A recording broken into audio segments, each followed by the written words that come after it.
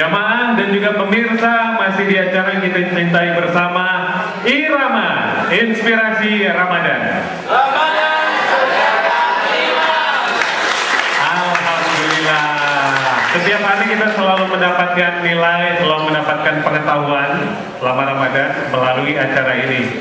Semoga acara ini juga bisa menginspirasi pemirsa yang menyaksikan melalui Salman TV dan semoga bernilai manfaat. Masih bersama Bapak Deputi Sains Pengkaji dan Informasi Kedirgantaraan 8, Bapak Profesor Dr. Thomas Jamaluddin. Topik kita bijak dalam perbedaan penanggalan. Nah, ini nih Kang Jamal yang menjadi poin pembicaraan kita. Bagaimana sih kita bisa bijak dalam menghargai perbedaan? Ada orang yang puasanya duluan, ada orang yang puasanya belakangan. Kadang orang yang gak puasa justru bukan kita permasalahkan, justru perbedaan yang kita permasalahkan. Tapi bagaimana cara paling bijaksana menyikapi perbedaan ini, Kang? Ya, perbedaan awal Ramadan, Idul Fitri, kemudian Idul Adha. Satu sisi itu adalah perbedaan terkait dengan fikih yang sifatnya ijtihadiyah.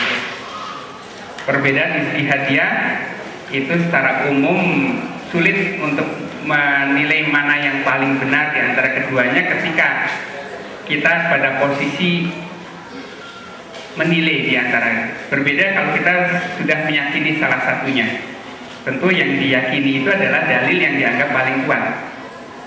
Tetapi dalam posisi kita berada di masyarakat yang beragam pahamnya seperti itu, ada yang pengamal ruqyah, ada pengamal hisab, kita harus menghargai. Tetapi dalam konteks saling menghargai seperti itu, bukan berarti kita memelihara perbedaan itu. Karena pada dasarnya perbedaan hisab dan ruqyah itu bisa dipertemukan, ada titik temunya. Dari segi dalil sulit, masing-masing kekeh dengan pendapatnya bahwa seolah-olah umat Islam ini tidak bersatu. Itu kan nilai syiarnya luar biasa Ramadan ini. Dan juga perlu kita ingat, Ramadan itu sebagai salah satu bulan Hijriah dalam kalender Islam. Kita harus melihat konteks yang lebih besar. Kalender itu adalah produk budaya suatu peradaban. Sekarang kita bertanya, adakah kalender Islam? Orang mengatakan ada, itu kalender Hijriah.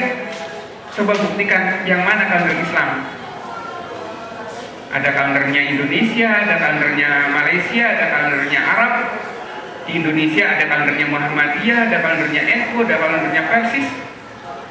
Mana yang disebut kalender Islam? Sekarang tanggal berapa? Ada yang mengatakan 1 Ramadan, ada yang mengatakan 2 Ramadan. Apakah itu kita biarkan umat Islam mengaku mempunyai kalender Islam, tetapi kalendernya terkotak-kotak oleh ormas-ormas, terkotak-kotak oleh bangsa-bangsa? Secara astronomi bisa dipersatukan. Astronomi itu menganggap antara ruqyah dan hisab itu setara. Antara pengamatan dan perhitungan itu kompatibel. Bisa saling menggantikan, bisa saling mengisi. Mengapa tidak kita gunakan titik temu itu? Nah, titik temu yang ditawarkan oleh astronomi adalah kita menggunakan kriteria visibilitas hilal. Penentuan al-Ramadan itu bisa dihitung, tapi disesuaikan dengan kemungkinan bisa diruqyat. Kemungkinan bisa diruqyat itu terkait dengan bagaimana kontras antara hilal dan syafaq itu bisa memenangkan cahaya hilalnya. Maka kemudian ada syarat tertentu, jarak bulan dan matahari sekian derajat, ketinggian sekian derajat, supaya jarak bulan dan matahari itu menjamin sabitnya hilal itu cukup terang, cukup tebal, dan kemudian cahaya syafaq atau cahaya senja itu bisa dikalahkan oleh cahaya hilal itu. Maka ada syarat ketinggian, tidak asal muncul di atas ufuk saja. Kalau seperti itu memang bisa dihitung, tetapi dari pengamal ruqyah pasti akan beda. Nah, itu yang sekarang terjadi. Ketika awal Ramadan kemarin tinggi bulan hanya 0,7 derajat, kata saudara-saudara kita di Muhammadiyah itu sudah muncul. Maka besoknya 1 Ramadan Tapi hasil rukyat menyatakan tidak ada hasil rukyat karena memang itu tidak mungkin bisa dirukyat. Maka titik temunya adalah kriterianya harus memungkinkan bisa dirukyat. Itu namanya kriteria visibilitas hilal atau kriteria imkan rukyat. Sebenarnya kita sudah biasa itu dengan kriteria visibilitas hilal atau kriteria rukyat dalam konteks jadwal sholat.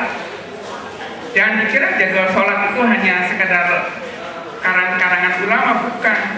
Itu menginterpretasikan dalil menjadi parameter astronomi. Dalilnya subuh itu ketika terbit fajar. Nah, secara astronomi dihitung itu minus 20 derajat. Untuk wilayah ekuator memang lebih tebal atmosfernya, sehingga itu lebih awal. Kemudian zuhur ketika mulai bergeser dari meridian, maka itu dihitung tengah hari ditambah beberapa menit.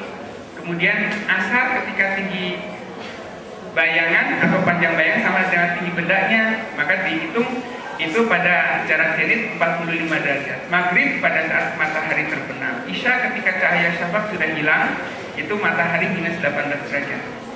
Kriteria itu semua ormas sudah menerima. Maka jadwal sholat sekarang yang ditempel di masjid-masjid itu secara umum sudah disepakati, dan orang tidak perlu lagi melihat hilal, tidak perlu lagi melihat fajar, tidak perlu lagi melihat bayangan, tidak perlu lagi lihat matahari terbenam. Itu sudah menggunakan itu. Nanti kalau kriteria untuk ru'yatul hilal itu kita terapkan sebagai kriteria visibilitas hilal, kita pun akan mempunyai kalender yang mapan antara kalender yang dihisab atau dihitung dengan hasil ru'yat, insya Allah akan sama. Nah, kalau sama seperti itu, maka kita sudah mendapatkan kalender yang mapan. Nah, kalender yang mapan itu ada 3 syarat. Pertama, harus ada otoritas tunggalnya. Kedua, harus ada kriteria tunggal. Ketiga, harus ada wilayah yang kita sudah mempunyai 2. Pemerintah sebagai otoritas tunggal, wilayahnya sudah jelas, tinggal 1 kriteria lagi. Jadi 1 langkah lagi kita bisa mendapatkan satu kalender Islam di Indonesia ini yang mapan, dan kita bisa mengembangkan kalender Islam regional dan kalender Islam global kalau 3 syarat itu terpenuhi. Masalah kriteria adalah masalah krusial, dan itu 1 langkah lagi kita bisa upayakan titik temu. Alhamdulillah. Jadi intinya memang perbedaan itu akan selalu ada. Tapi yang harus kita ingat, perbedaan itu indah ya. Apalagi bicara Indonesia, Bhinneka Tunggal Ika. Berbeda-beda namun tetap satu kesatuan. Yang perlu kita tanamkan semua adalah bagaimana cara kita menghargai. Akan indah tentunya Kang Jamal kalau nanti selain kita bisa sholat bareng-bareng, azan semuanya sama, zuhur sama, asar sama, buka sama. Tapi akan lebih indah lagi kalau kita puasa bersama, kemudian lebaran bersama-sama, dan kita punya satu kalender yang disepakati bersama, yaitu kalender Islam.